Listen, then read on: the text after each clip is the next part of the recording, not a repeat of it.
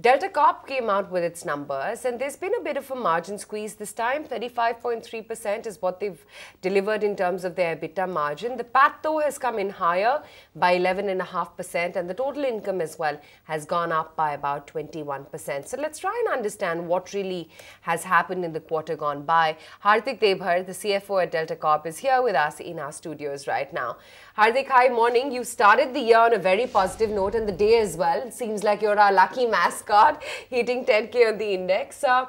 Is this kind of run rate something that should be the new normal? Are the demons of demonetization, GST transition, etc., all behind you? Yeah, I think it's good to and positive to say that yes, these hurdles or the stumbling blocks which were there, we have been able to cross them very, concretely, if I may say so. And yes, we are back. I think like most of the businesses which have gone on stream, back on stream to their old days, we are also inching back towards there. And I am only happy because, the first quarter has shown that we are moving back, and I have always maintained that second quarter has traditionally been Delta's best quarter always. So we can only hope for things to be better from here. How exactly has your business model changed post demonetization? Well, what has happened is, Nikunj, we were always not a very high cash dependent market model because we were more retail. We were focused more on retail. If you see my pre-demonetization collections on electronic formats was about 30-40%. That during the demonetization period went up to 60-70%, 80% as high at times. And we are back to that 45, 50, 60%. But what has happened is, I think a lot of more avenues of payments, like, we probably would be the only casino in the world today where you can pay by Paytm, where you can pay by credit cards, debit cards, pay you money, UPI accounts, everything. So no Bitcoin, but right? Not yet. Not yet. Not yet. Okay. Now, let me take the clock back 3 years ago. If I would have asked you, look, what is the growth trajectory for Delta? You would say, look, we would be a company which would be going beyond Goa. We would be expanding in other geographies. You managed to expand in other geographies.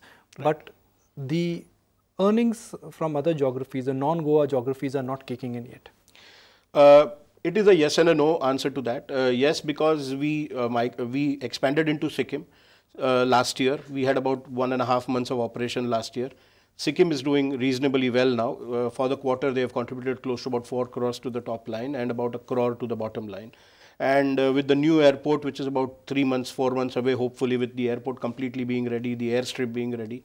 And I think we are all waiting for the monsoons to get over for the first flight to land there, which can see a breakout in that market. And so to answer your question, the non-Goa geography, Sikkim is non-Goa and that has started contributing. I know what you're trying to hint at is Daman. Yes, I can only say that we as a company have done everything correct. We have gone by the book. We have applied as per the law. The law exists and now we are waiting. And I know waiting is painful, but I think, as we say, sabar ka phal meetha hota hai.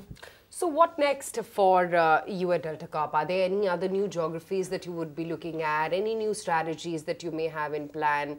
What's the next 3 to 5 year vision for Delta? So we have always said that we believe that India itself is a huge market. We don't yet need to look too much way outside. Yes, the region remains in focus. So, you could see a Nepal or you could see a Sri Lanka if the laws permit there. Nepal definitely looks to be exciting. Given the offline space, this is one bit. What we are also excited about is the entire online space. Yeah. 5th of July is when our amalgamation got effective for the acquisition that we made of Ghost Networks.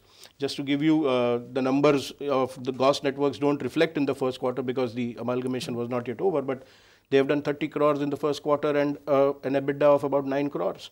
So if you give the benefit of that to Delta, assuming it was from 1st of April, then the numbers would look even much stronger. And just to give you a perspective, FY16, they were at 47 crores of total revenue. Okay, so it's gaming, that means more profitable. I mean, the offline, Absolutely. Online gaming is more profitable. It is profitable. I think the margins are shade lower than the offline space as of now because there's a lot of marketing and sales promotion and awareness that needs to be done.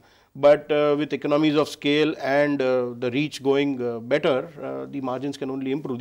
We are currently operating at that about 28-29% margin as against the offline gaming at about 41, 42% margin. So we believe that this 28, 29% can go to about 35%, 37% margin on the online space as well. So just to understand a very basic number, what was the pre-demonetization daily number? And where do you stand now? How much you've recovered, and when do you think you will be able to recover completely? So if visitations is anything to go by, we have, if you look at June last year vis-a-vis June this year, we've grown on visitation about 17, 18%. So number of people visiting has gone up about 17, 18%. If you look at last quarter and last year vis-a-vis current year in terms of spend per person, we've gone up about 17, 18% again, 7, 8%. So that's the 22% growth which is coming over last year. If you see the gaming revenue alone, we've done 116 crores and as against 95, 96 crores in the last year.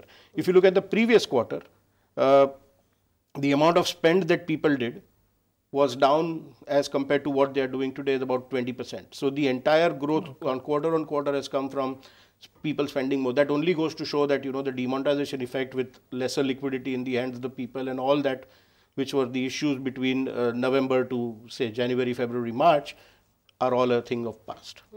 What about the hospitality business? Because we understand that that's seeing a bit of a slowdown. See, for us, hospitality was never our mainstay business. We believed as it to be a complementary business to our gaming business. But it's not really turned out the way you envisioned. No, I think it's turned out exactly the way we envisioned as far as Goa is concerned. Daman, obviously, one can't compare because Daman, the view was that it is more a gaming destination and the hotel would support it. The gaming is yet to come on stream. And we as Delta believe that the day gaming comes on stream, the hotel is going to do phenomenally well. Without the gaming itself, if we are already breaking even on a 400 crore investment in Daman kind of a jurisdiction, I think that's nothing to complain. And Goa is already contributing to the bottom line. So, what could be the break-even timeline for Sikkim? Sikkim is already making money. Okay. It's already making money. It's already making money. No, but when you say that the entire airport and that's going to take the entire... It's the breakout that I'm talking about. It's the breakout you're talking about. So today we are doing about 1 crore 25 lakhs, 1 crore 50 lakhs a month. For that to go to 3 crores, 4 crores a month is what this kind of a breakout, because the connectivity improves and the people inflow into the state is going to improve dramatically is what we believe. So I took the clock back, I'll take the clock forward, 2020. What is in store for Delta Corp now? A company which will have presence both in online and offline, or a company which will now significantly be focusing on offline? Because the minute you go into offline, you skip a lot of regulatory hurdles. You don't have to create, you don't have to be dependent on an airport or a hotel online, chain. Yeah. When you go online, I mean the entire way you invest and the way you approach is very different. So I think both the markets have huge potentials. They both can coexist. They are coexisting world over. They will coexist in India, and I think both in India, fortunately for us, are in a very, very nascent stage, and hence the potential to grow both the markets on exponential basis is going to be very, very high, and it's going to be a reality rather than a probability. So how is that buyout of Adda actually working out for you? You're also trying to get into the online business. So Adda is the first step. It's into online poker, and as I mentioned, they have done about 30 crores in the first quarter and about 8-9 crores of EBITDA. Which if you extrapolate looks to be a very, very healthy and a decent number for the year. And I think that's the first step. We have always said when we did our QIP, we said that we also want to get into the rummy space. We also want to get into as many online options that are available. So we are going to build the online platform. And as Nikunj rightly said, yes, both of them will coexist and both of them will grow. Who would you say is a global parallel? Well, global, I don't think there are too many players who are in the online and the offline space. That is my question, yeah. But India is a unique market in more than one ways, in not only the gaming business, but in a lot many other businesses. In general, when you talk to various state governments, are they welcoming the fact, are they open to setting more casinos? You think that more and more state governments would be open if there's a casino in their state? I think the realization is dawning on a lot of states. We have had tractions with a lot of states like, on the northeastern side, on the southern side, like Pondicherry. And people have realized that it is not gambling that is what they are inviting or gaming that is what they are inviting. It is tourism what they are opening up to. And if you see Singapore, whether you see Macau, whether you see Vegas, these are cities and economies which have been built on entire tourism things. So I think we should look at this as a tourism opportunity and a tourism avenue rather than looking at it as only casinos. Are the GST laws completely clear at state level for the gaming business? So far so good, no, nothing to complain as yet. Okay, so you don't think any resistance could come from Goa or some other states where you're there when it comes to implementation of GST? It doesn't look like as of now. As I said, nothing to complain as far, but we'll have to see how it pans over the next couple of months whenever we actually go into the... I've been tracking your company for years now, and you know that. I actually thought that FY17 would be that big breakout year. Then demonetization happened, so you can't complain. But will FY18 be that big breakout year for you? I think the seeds have been sown in the first quarter, if I can say that. And we believe it should be the big breakout year. Define what do you mean by breakout? My breakout definition or breakout definition will be different. So let's hear from my management. We've just been talking about 10,000. Nifty is also the breakout. So there are a lot of breakouts I which think we are doing. Breakout as in, we maintain or rather grow better than what we have done. So we've been doing about 20-25%. We should be doing much higher. The breakout obviously is the online space which will add fuel. When will you move into this 30% plus consistent trajectory? I think we are moving into that trajectory slowly. Okay. So just one last word. I understand that you actually raised about what, 550 odd crore rupees via QIP. So now you're debt free? We are at about 65-66 crores of debt sitting on the books. By this quarter, when we publish the results, we should be debt free. We are proposing to pay off the debts very soon. And your ambition to expand both online and offline, can that be done without raising funds? You think you have enough cash? Yeah, I think when we did the QIP, one of the things that investors did ask us that why the fundraise and what is the future plan on fundraise. We have said that this probably, unless there is something dramatically big that happens, for which everybody will be very happy, I'm sure, if we go to the market and raise fund. But otherwise, we don't see ourselves going to the market anytime soon now.